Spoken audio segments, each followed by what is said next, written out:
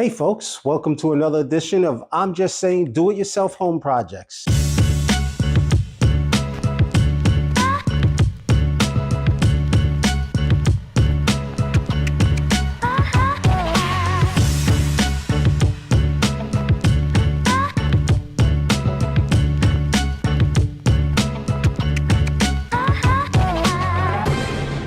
One of everyone's favorite time of the year is coming up, and that's Halloween. So if you ever seen our Christmas display, we always go big. So this year, we decided to go big on Halloween. So today's do-it-yourself project is gonna be a raw iron graveyard fence. That's when today's do-it-yourself project comes into play. And here's all the materials you're gonna use to help you build this. So let's just take a look at some of our new Halloween props that we're gonna lay out this year. We have the grave digger right here. That's an animated figure. He talks and moves and does all kinds of crazy things. And over here, we got a bunch of gravestones right here. And then over here in this bucket, we got a bunch of skeletons as well. And over here in the skeleton department, we have a 12-foot skeleton display with lit eyes. It does all kinds of crazy things, and that's gonna be crazy. You are also gonna need a few of these. This is 1/2-inch PVC pipes. All right, so what you're gonna do is you're gonna run to your local hardware store and you're gonna pick yourself up a few of these bad boys. They are 1.5 inches by 8 foot long, pressure treated furring strips. All right, so let's just take a walk outside and I'm gonna show you what the layout looks like so far. And so here's the thing, my wife and I like to do themes, meaning like we just don't like to scatter everything all over the place. We like to, if you've seen our Christmas display, our display is all blue and white. That's our theme. Everything, the whole front lawn is blue and white. So here we're gonna lay out a whole graveyard theme right here in this entire area, and then over in this entire area as well. There's not much real estate over here, so that'll be easy to do. So I determined that I wanted my sections of the fence to be roughly around 8 feet long. So another thing I recommend is buying a few of these ratchet clamps, because these will help you hold down your furring strips so you can drill the holes. Now it's pretty obvious, depending on how big you want your fence to be will determine how many holes you're gonna put in it. And if you don't have one, make sure you pick yourself up a 7/8 drill bit. It doesn't necessarily have to be this type of drill bit. You can get a core drill bit that works just as well. And of course, you're gonna need a drill. It could be electric drill or cordless drill. I'm using an electric drill because there's so many holes. I'm making a few pieces of fencing, so my cordless drill will probably burn out, especially going through treated wood.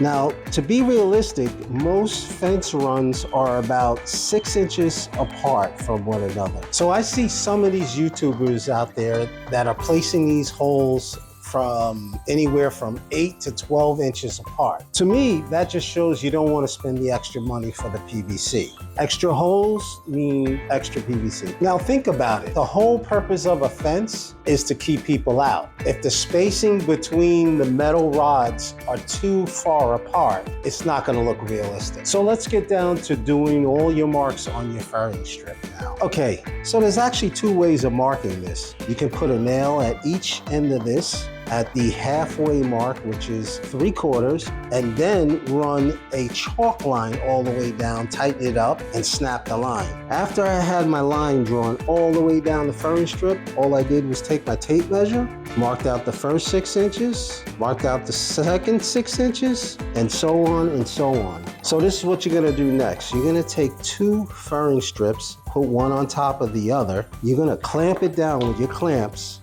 on a piece of 2x4 so you don't drill into your table, and then you just drill all your marks at one. You kill two birds with one stone because this is going to be the top of your fence and the bottom one is going to be the bottom part of your fence. Okay, so here's a second way of doing it, which I chose to do it. I took my tape measure, I marked out 3/4 here, go to another 2 feet down the road, another 3/4, and so on, all the way down to the end of the furring strip. Once I got those marks in place, I took my 4-foot level, lined it up on those marks, marked that all the way down to where the 4-foot level ended. Then I picked up on it again, marked it down all the way down again, and so on. So folks, the next thing is to cut your PVC pipes to the desired height you want your fence at. So now we're measuring out our PVC pipes and we're gonna cut them in half because they're roughly around 10 feet long. So we're gonna cut them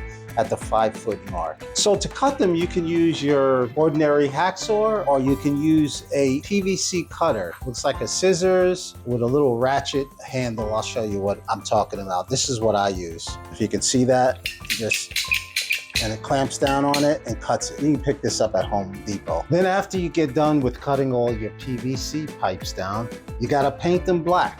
So after you cut all your PVC pipes, the next step is you're gonna drill pilot holes into your furring strips where you're gonna place your screws, and this will hold your PVC in place. Now understand this, ladies and gentlemen, there's a good reason why we're gonna put pilot holes in this board, the furring strip. Because if you try to put screws in that board without drilling pilot holes, I can almost guarantee that you're gonna split that board in half. All right, folks, so the next thing is to take your PVC pipes and insert them into your 2-inch piece of wood, and you can see how that's coming together. And yeah.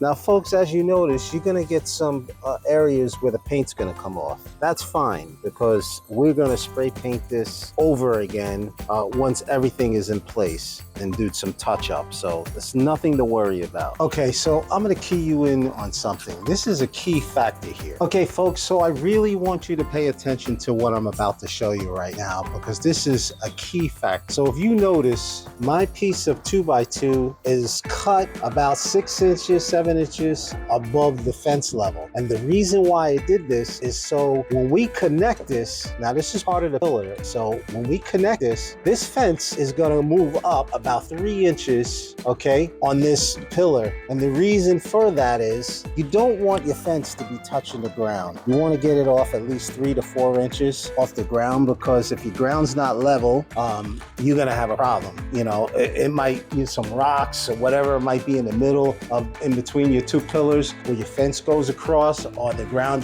might have a slope or a dip. You want to leave clearance for that. It's very important. Hey folks, it's about that time. We're coming down the home stretch, and I just wanted to recap of everything that we did to make your life easier and make sure you understand what goes into this. It's just not a day project. This is going to take some time. So let's get to it. I'm going to swap the camera around so you can see what's going on. So the first thing you notice is, and I want to point this out to you, remember this is wood. Okay, the spread is 8 feet from post to post, so it's going to sag a little bit. Okay, so what I did was I took some spikes, put it at an angle, I pounded it down so it's about to the top of here, and then I pushed it in, pulled this up, and just rested it on top. You don't even have to screw it. It's, you know, very simple procedure. The next thing is the screws. Remember I was telling you about the screws? You have to screw in the on the board right here. So those are all the screws that I told you guys about. This prevents this from sliding up and down, and it also keeps it sturdy. So it is necessary. If you want to, you don't really have to do them every one. You can do every other one and then rotate on the bottom, do one on the bottom there. It's all a preference to what you want to do, okay? The next thing is these toppers right here. These make it look official. We bought a bag of 30, I believe, off of Amazon for about 30 bucks, and they look really, really good. It looks like it's about to rain too, so I'm gonna have to cover that electrical part, but I'll tell you all about that when we get to it. But little things like this, I added a spider to it, a barking skeleton dog, that's a detail item. And also, if you guys can see over here, this was my wife's idea. A lot of the detail work was my wife's idea. This was the crow on the gravestone. She also came up with all this foliage on the pillars and the spider webs, which I gotta add over there. In the meantime, let's go back to the lighting. Like I said, these are solar sensors. So they charge up during the day, and at nighttime when the sun goes down, they come on automatically, and it looks like a candle. It looks really official, and it's awesome. And then the lights. I got a lot of uplighting on each pillar. I ran the cord here along the bottom here. The reason why I did that is because when the landscapers come, I don't want them cutting my wire or getting tangled up in there. So everything's lifted so they can get, if you choose to. I think I'm gonna do it myself. I'm actually gonna go and put, use my weed whacker and weed whack like 2 feet away from the fence. Because I just don't trust them doing that. So I've had experiences with them. That's something that I could do myself. It's not a big deal. I'm going to remove all of this stuff. Everything's removable. You just pull the spikes out, place everything over there for them. They're coming tomorrow morning. They can run the machines through here and the weed whackers. I'm going to pull all the lights out. I'm going to pull this cord, throw it over there. It detaches. This is the brain of the operation right here. This is what I was telling you guys about. That's all my lighting and electrical is ran into there, and I have it on the timer here. That's timer is for the floodlights. I got floodlights that are doing the accent lighting. This guy, it'll light up him. Lighting's very important, guys. And then this light will light up this guy. And I added this light right here for Sally today. I just added, and that's gonna make her, so you can see her a lot better as well. So what else can I tell you? As far as the pillars go, that's another video. I want you guys to stay tuned for that. But that's a real interesting thing that it's going to take some time, and you might want to get some help. It's not that easy to do. They don't have to be perfect, because remember, I mean, that's the good part about it. They don't have to be squared or perfect, because this is supposed to be decrepit, old, graveyard. So, and I'll show you how to do all these cracks, the texture, my wife's idea, what else? And then, I mean, you can do so many things here depending on your taste. These things are all animated, so when I plug them in, they'll move and talk. The problem is with most of these things that we have out here, like this guy right here and the Gravedigger, is they're not really made for outside use.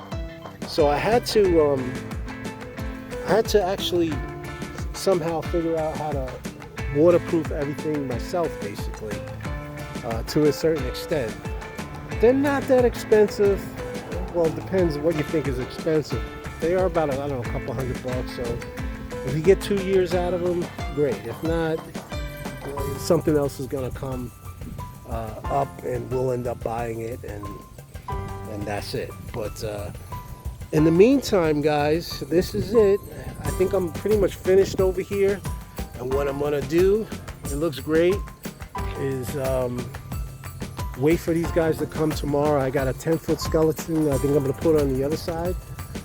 It's over there in the box. I'm just going to wait for them to come. Look at Sally flying in the window over here.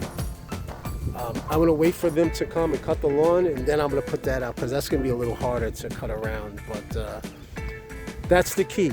Remember, guys, we live in Florida, so we are not like up north where your grass goes dormant and you guys stop cutting the grass. It doesn't happen down here. This grass grows all year round, and you need maintenance all year round. They come every two weeks, I believe it is. That's part of Florida. One thing you need in Florida, well, 2 things you need in Florida, is a pool guy and lawn maintenance all year round. So that's an expense of Florida. It is, the wind is picking up. We do live on a lake, as you can see right here in the back. So I used these stakes instead of, last year I used bags, like these bags right here. They're good for these things, but this right here, no. The wind picks up, Yesterday we had about 10 to 15 mile an hour wind and they lasted, but I drove stakes in there about, I don't know, 10 inches into the ground. Those are metal stakes. So they're in each one of them. So I don't think they're going. They're pretty sturdy. I'm pushing on it, and that thing is pretty sturdy. And over here, I did on some of these bigger gravestones. I did the same thing. I just used the stakes because they would blow over. The smaller ones, like the foam ones, I have these small little stakes that I just drove in the bottom. That's fine if they blow over. I just come out and pick them up. But the bigger ones definitely kept falling over, and I had to put the bigger stakes in. So, in the meantime, guys, check me out. Look forward to how to build the pillars. But I'm also gonna come out here tonight if the weather permits me to, and I'm gonna film and show you what this looks like at night. It looks fabulous.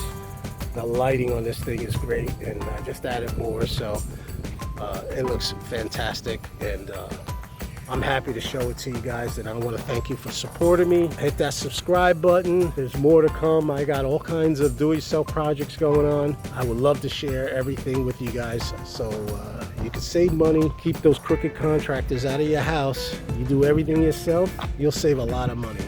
So I'm Ron DeGennaro. I'll see you at the next video. I'm just saying.